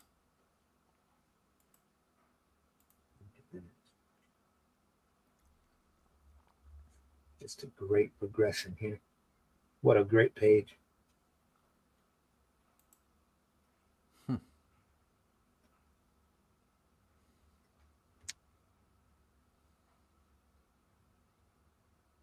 He wrecked that. He certainly did. Mow them down. Broke it up like it was balsa wood. Yeah. It was balsa wood and canvas, wasn't it? Yeah. George's Guynemer walked away with but a scratch on his knee to show for his trouble. Miraculous. But there was more, much more to come. Look at that crowd. Yeah, I guess Charles says there are bargains in EC war books, but not horror or sci-fi. Yeah, I guess that's pretty covered. Which is crazy because we've hit a period here in Two Fisted Tales that it's all just incredible prime artwork. Just incredible storytelling, just everybody at the top of their game. And who's the artist on this story here? I love it. This is George Evans. Okay. Had a long, long career in comics. I think his last work was an Enemy Ace graphic novel. I could be wrong, though. I think I have that, or did have it. Yeah. Just I always might be thinking drew of the archives. Yeah, always drew beautiful stuff, and always loved to draw biplanes. Yeah, I mean, these like Joe Kubert, they were veterans. They knew war. They had been in war, or at least part of the war effort, so they knew something about war and the machinery. And I was just blown away by like Kubert's 60s stuff where they devote a page or two to the mechanics of things. Just incredible how they brought it all to life for the reader. This love is later Kubert's later brushwork, his Tarzan works, just to me, it's just amazing. You can sit there and look at it for a long time and still, enjoy it and still pull things from it.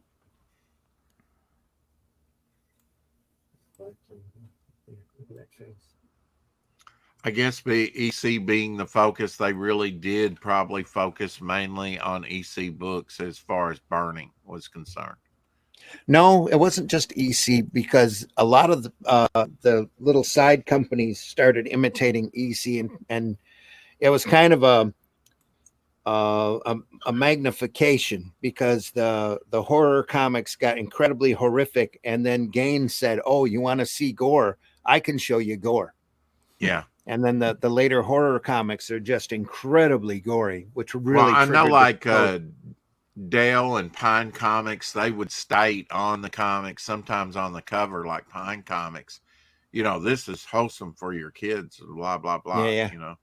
Little disclaimer. Well, another big thing that was going on during this period was crime comics. Crime Does Not Pay and Crime and the Law. There were Lev Gleason pretty much stopped doing superheroes. He was doing Daredevil and Silver Streak and that, and started focusing on true crime comics. And they were selling 4 or 5 million every issue. Just crazy numbers. That started in the 40s. Yeah. And that you had your sharp eye to the eye, or the sharp needle to the eye motif. And that got really violent. Just very, very, very much into the domestic violence part of it. Also, a major trigger for the Code Authority. It's all thin line work here. Just beautifully done. I don't know if that was done with a thin brush or by a pen, but it's just gorgeous looking. Here too. Look at that scenery, or the land back there. All in thin lines.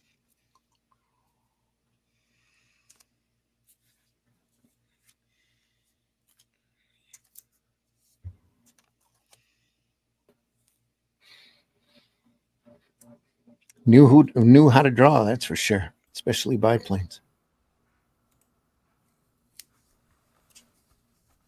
We're about heading towards the top of the hour here.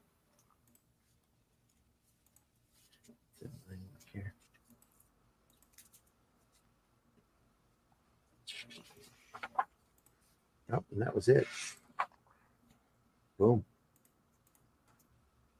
Does he say what? Does he die at the end, this guy? I can't work it out. Whether he Scan the sky and the ground, Captain Georges Guynemeyer, French ace, 22 years old, with 53 victories to his credit, was nowhere to be seen. And this was the miracle. Georges Guynemer and his Spad were never again seen by human eyes. It was as if the very heavens had swallowed him up. I think he was already dead. Probably. I think he's a ghost. Could be. Next issue is another Civil War issue with a great Jack Davis cover. Look at that. Yeah. Very iconic. Take her, boy. Keep the stars and bars a flapping. Another bottom of the shoe there. Yeah. Great stuff. Good stuff. Lots more great, good stuff to look at, folks. We'll probably pick this up again next week. Right at this point, just to finish off this volume. Got a couple more issues, I think, to go. 1 or 2. Okay. One this volume. There's still another volume to come, so let's carry stuff. on. It's good stuff. You're the man, Randy. We shall. We'll carry on next week with Two Fisted Tales number 35 and 36. We've been looking at Two Fisted Tales, the Russ Cochran reprint volume, hardcovers, all 4 volumes in a fantastic slipcase. Unfortunately, baked by the sun here. Who published that? They did. Cochran did. Russ Cochran. Okay. And what year? Roughly.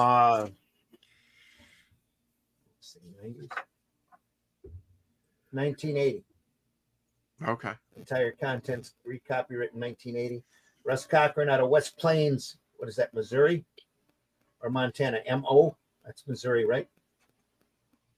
Pretty sure it is. Yeah. But yeah, How come shout you out. set it in the sun, Randy? I had it sitting in a foyer in a bookcase in the Oh, slip cases. You really did. Ooh. And this spine was sitting out in the open. So that's why you've got the vibrant red here and the faded pink there. So unfortunately. But this was something I wasn't ever going to sell anyway. So such great stuff. I didn't realize how baked it was until I went to move them. I moved them down here into the basement. So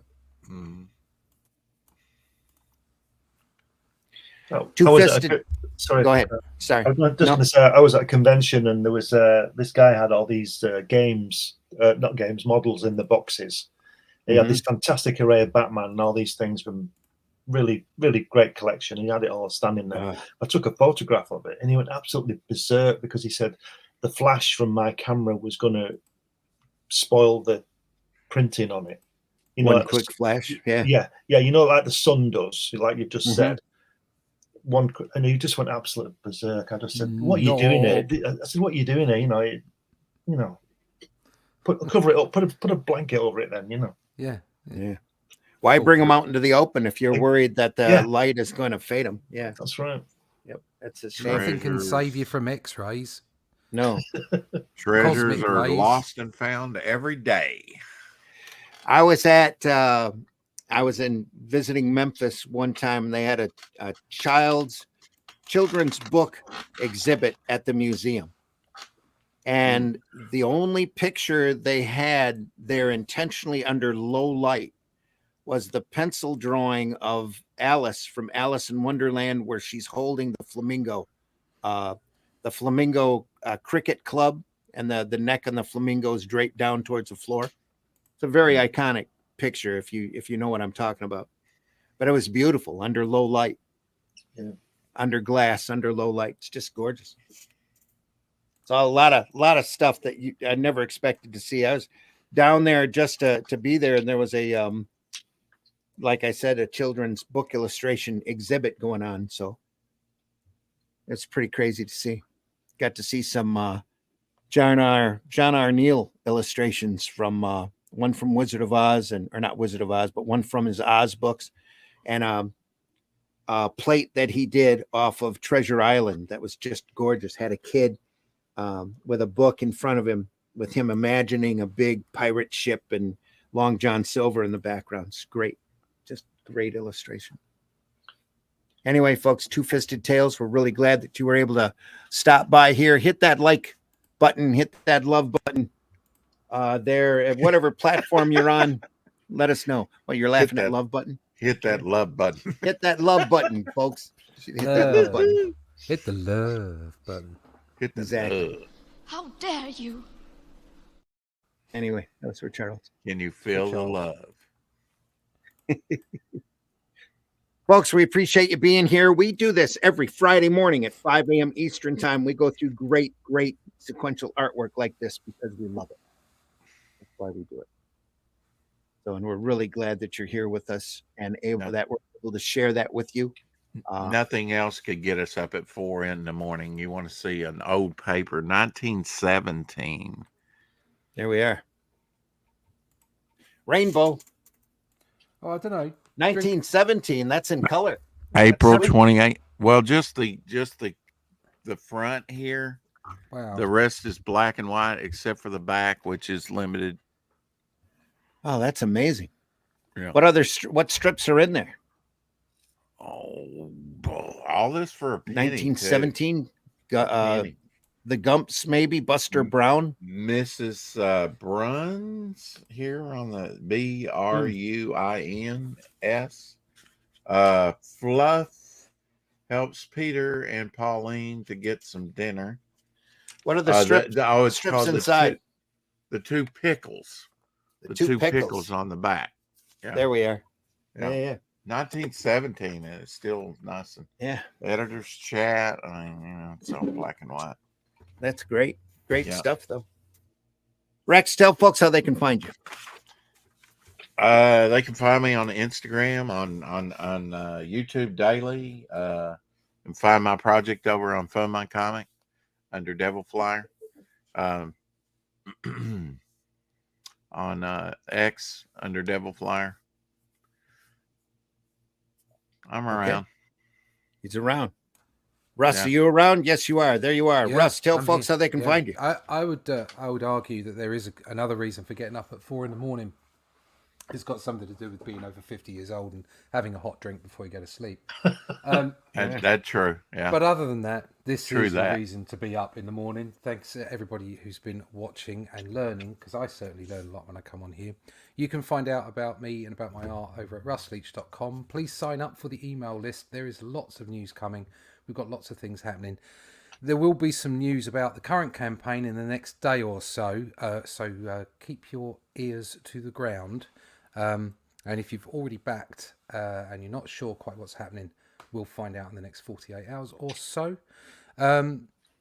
If you want to follow me on Twitter or go to Instagram, Facebook, or anything like that, that'd be great.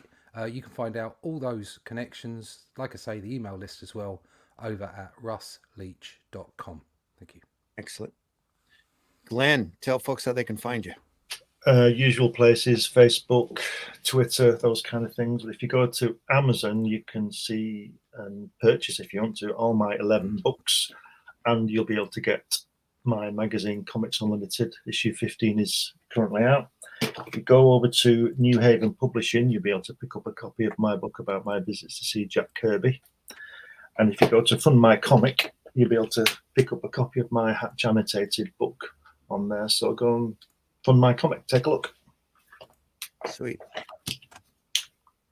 And folks, I've been your host, Randy Zimmerman, editor-in-chief of Arrow Comics. ArrowComics.store. If you go over there and take a look, there's all sorts of products available over there, and they're available for shipping immediately. Books like Calico Shard. It's a fantasy book, characters, a set of characters I created with artwork by C. Michael Lanning. Also Paragon. It's kind of my version of Superman with artwork by J.R. Harris. HeroBot Zero, which I did a lot of work on, though this cover here is by some weirdo named Scott Rosema, who might be back with us one of these days. We miss him so. Also known as the Scarlet Pimpernel. Also known as the Scarlet Pimpernel. Yeah, there's 2 issues of HeroBot Zero over there. I recommend number 1 just because it's got his origin in it, and I did the majority of the work on it. So go over there and enjoy that. Also, The Fool is over there as well, the rodeo clown of justice. And now, it should be, at least by now, Alice in Chains should be available over there as well. Nice, horrific title of a young lady who escapes the lab and finds out that she can shoot chains out of the palm of her hand. So go over there and, as you do. That's a good superpower. It's a humor tale. Speaking of superpowers, this Sunday, 9 a.m., we are looking at Torchy. What a great, great book. The girl with the superpower to cloud men's minds and turn them into wolves just by a look. Have them drop their tongues just like Tex Avery's wolf character. Who published Torchy? This was in Quality Comics way back when. Ran in another Quality feature. Look at this. This artwork is phenomenal. Let me find a great page here. Who did the artwork, Randy? Bill Ward did the majority of the work. Gil Fox is also credited, but I'm pretty sure it's Bill. Look at that stuff. Oh, just great material here. Great good girl art. This Sunday. Exactly right. This Sunday, 9 a.m. over at Sunday Funnies.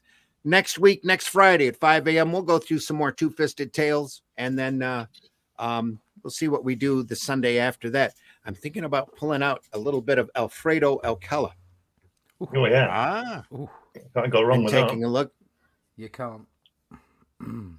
Randy off the top turnbuckle. Thinking about that earlier, about what to do. I've got a nice, unusual piece of work by Alcala that is well worth the time to go over on a Sunday Funny. Some things to show quickly. Hudson, Okay. If you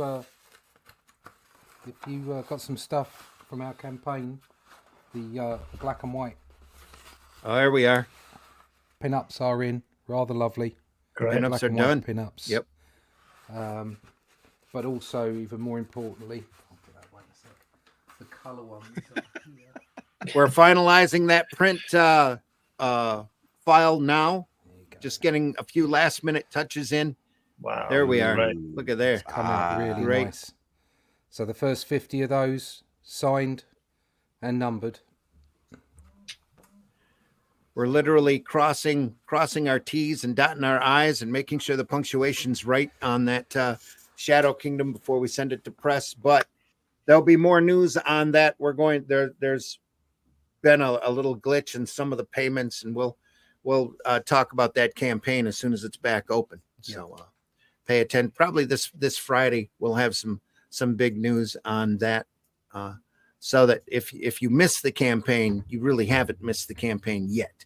Yeah. So be patient, and we want everybody to see this work. We're so proud of it, and we want you all to see it, enjoy it.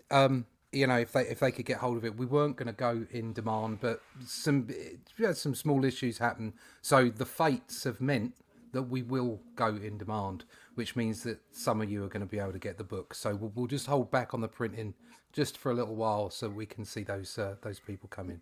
Just for a little bit. Yep. Just a little bit. Yeah. A little bit. I know it's like pulling teeth for Randy. Demand. Yeah, I'm eager to have this book in my hands. I'll tell you that much for sure. Yeah, I'd like to see it. Yeah. Genuine Comics in the house. Like and subscribe. Thanks, Dave, so much. Go over there and take a look at Genuine Comics 2 Perfect 10. Well worth your time. Fundmycomics.com, folks. You can go over there and see Hatch annotated. You can find Devil Flyer over there. You can. I think the Fool is still available over there as well as you. If you want to purchase that from there, you're more than welcome. Devil Flyer says, "Hey Dave, hey Dave." As well. Will we be like picking Shadow Kingdom apart? Will we be looking at it someday? Maybe someday. I think we could flick through it. Yeah. See what Flick through it real quick. Flick it. Be proud of it, right? There you are, folks. I am proud of it. Yeah. But me there's too. more on the way. Yep. More on the way. A lot more coming. That's why we want you to see it. The story itself is such a springboard for ideas and characters. It's difficult to decide where to go to next. There's so many openings for stories to tell and so much for us to show you. So, folks, thanks a lot. We're going to go out with a little bump for Shadow Kingdom and a few other things, and we'll see you on Sunday morning, 9 a.m. for Sunday Funnies. Then we're back here again, 5 a.m. Folks, we do this stuff because we love it. We show this stuff off because this is our passion. This is our joy. This is our entertainment. If you find comics entertaining as well, tell people, give comics as gifts. Just hand somebody a comic book one of these days and have them sit there and enjoy it and read it. Books, comics are everywhere. It used to be in little spiral racks. Yeah. Books. Oh, look at that Captain Britain. Anyway, yeah. Absolutely. Glenn doesn't want to show off his collection. That's okay. He's got it all behind him anyway. It's all behind him. Yeah, it's there. All mine's back behind that curtain too. It's all and that is half of it. It's insured by Lords of London. He can't pull it out just at a moment's notice. That's what she said. Yeah. Mm-hmm. Yeah. What does that make you, Doug? It means you're a catcher, not a pitcher. Yes, this will like it. Yeah.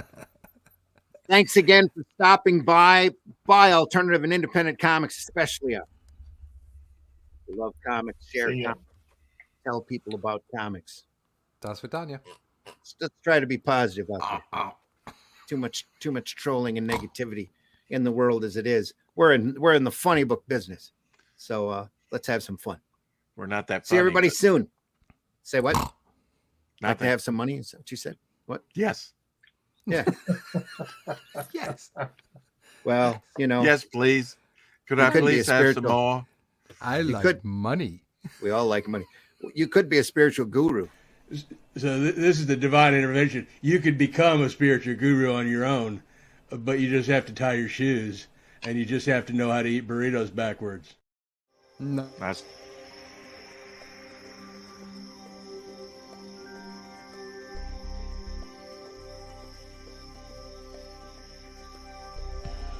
What was that? This is not a charade. We It's need never a sway.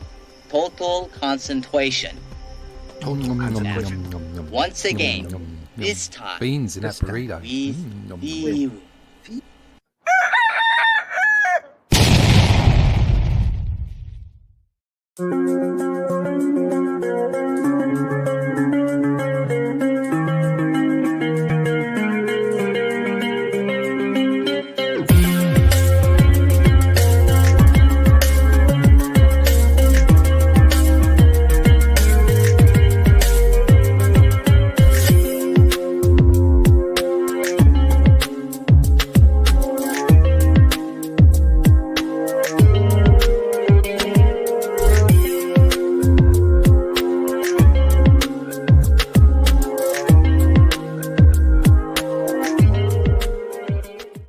The cops are doing their job as long as they don't be mean to people who are actually being innocent.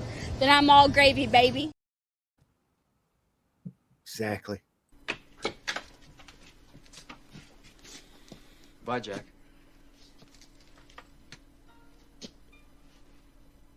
We really shook the pillars of heaven, didn't we, Wayne? No horseshit, Jack. No horseshit.